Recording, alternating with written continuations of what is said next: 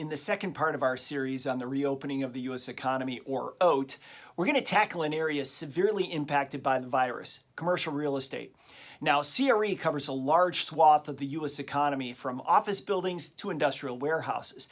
And it's estimated that monthly payments to commercial landlords for things like apartments and office and retail exceeds $73 billion, so quite a bit.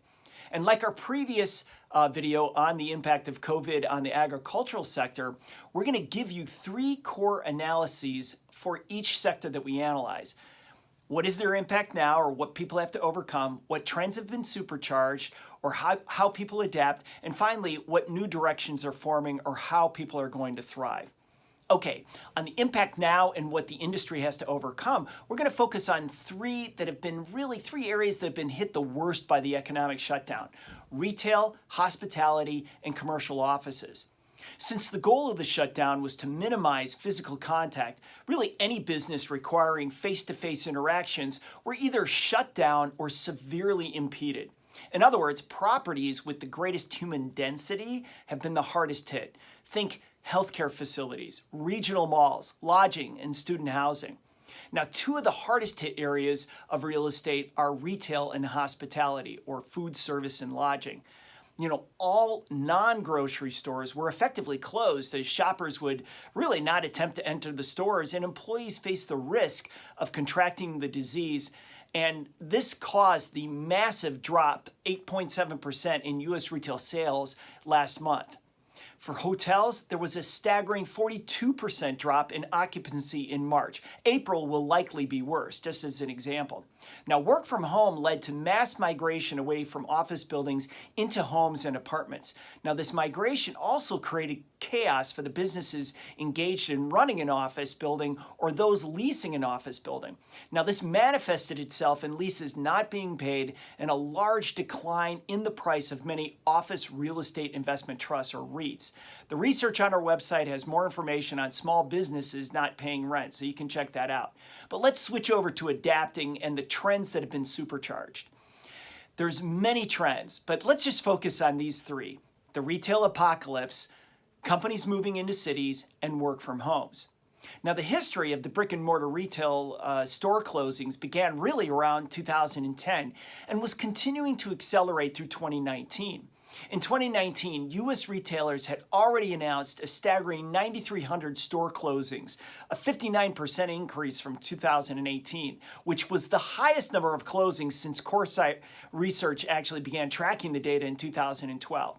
Now, with the virus outbreak and shutting down the U.S. economy, 2020 is likely to have a significant larger impact as COVID supercharges this trend by driving bankruptcies and continuing closings of retail stores. You think Amazon, Walmart, FedEx, UPS, and along with other large grocery chains have really been the beneficiaries of the COVID, with an increase in demand for warehouses stemming from all these online orders.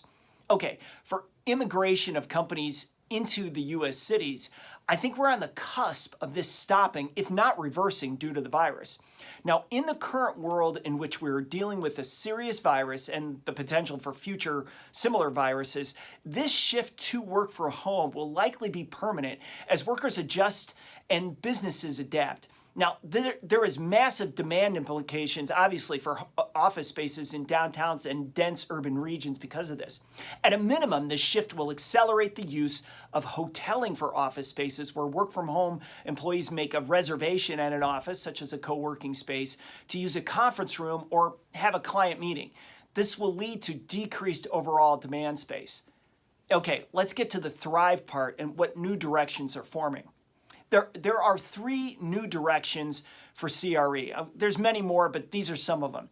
Touchless building tech and temperature screening building tech. Obviously, it's going to be pretty important. Increased focus on health and safety issues for buildings and their design. And finally, demand for offices away from cities, maybe in the suburbs, and industrial demand for redundant backup facilities with potential for reshoring of manufacturing.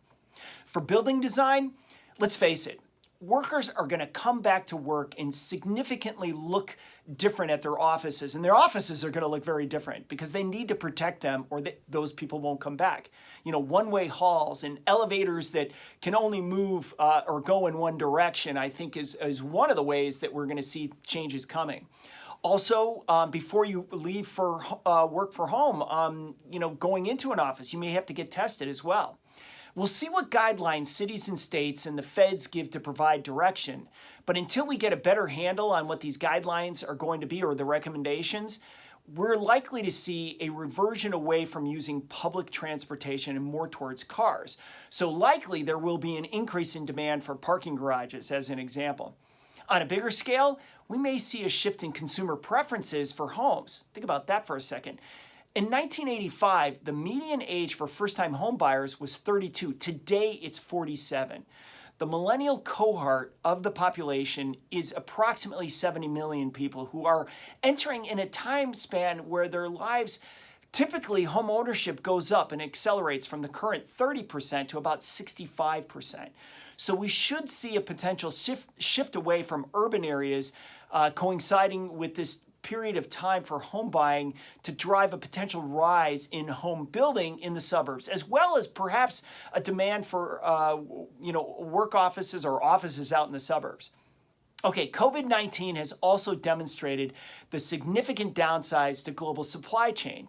Now, during the outbreak in China, the Chinese government shut down all businesses and travel through key manufacturing areas in their country. Now, this disrupted supply chains for many U.S. and global manufacturers who relied on parts and products from China. Now, as well, China initially cut off key medical supplies and masks and gloves to outside the country, a move that highlighted the weakness in the U.S. healthcare capacity. And lastly, many key pharmaceutical products supplied to the U.S. markets are solely produced in China, which poses a pretty great risk to the United States if China shuts down again due to a second wave of COVID-19, or maybe even another disease, or theoretically, theoretically a completely different event, right? All of this drives a likely increase in manufacturing and pharmaceutical production back in the United States. Also, within the U.S., there will likely be some form or need or demand for redundancy or backup facilities shifting away from dense urban areas out to the sparser areas in case there's another shutdown in U.S. cities. Now, this all may be short-term and short-term trend, but it could potentially lead to a larger exodus out of major cities. Okay, wrapping this up, the goal of this research was to provide an overview of key COVID-19 driven outcomes, adaptations, and new directions for commercial real estate.